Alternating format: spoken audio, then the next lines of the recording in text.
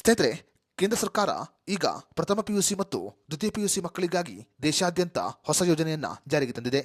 ಪ್ರಥಮ ಪಿಯುಸಿ ಮತ್ತು ದ್ವಿತೀಯ ಪಿಯುಸಿ ವಿದ್ಯಾರ್ಥಿಗಳು ಈಗ ಈ ಒಂದು ಕೋರ್ಸ್ ಅನ್ನ ಉಚಿತವಾಗಿ ಪಡೆದುಕೊಳ್ಳಬಹುದು. ಪ್ರಥಮ ಪಿಯುಸಿ ಮತ್ತು ದ್ವಿತೀಯ ಪಿಯುಸಿ ಮಕ್ಕಳಿಗಾಗಿ ಕೇಂದ್ರ ಸರ್ಕಾರ ಈಗ ಬೃಹತ್ ಮುಕ್ತ ಆನ್ಲೈನ್ ಕೋರ್ಸುಗಳನ್ನು ಪರಿಚಯ ಮಾಡಿದೆ.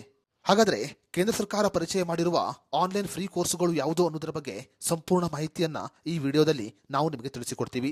ವಿಡಿಯೋ ತುಂಬಾ ಇನ್ಫಾರ್ಮೇಟಿವ್ ಆಗಿದೆ, ಎಲ್ಲೂ ಸ್ಕಿಪ್ ಮಾಡದೆ ನೋಡಿ. ಹಾಗೂ ಈ ಮಾಹಿತಿಯನ್ನ ಪ್ರಥಮ ಪಿಯುಸಿ ಹಾಗೂ ದ್ವಿತೀಯ ಪಿಯುಸಿ ಮಕ್ಕಳಿಗೆ ಶೇರ್ ಮಾಡಿ.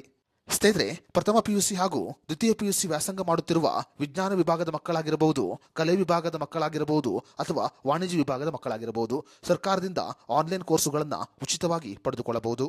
ಕೇಂದ್ರ ಸರ್ಕಾರ ಈಗ ವಿದ್ಯಾರ್ಥಿಗಳಿಗಾಗಿ ಸ್ವಯಂ ಶಿಕ್ಷಣ ವೇದಿಕೆಯನ್ನ ಪರಿಚಯ ಮಾಡಿದೆ.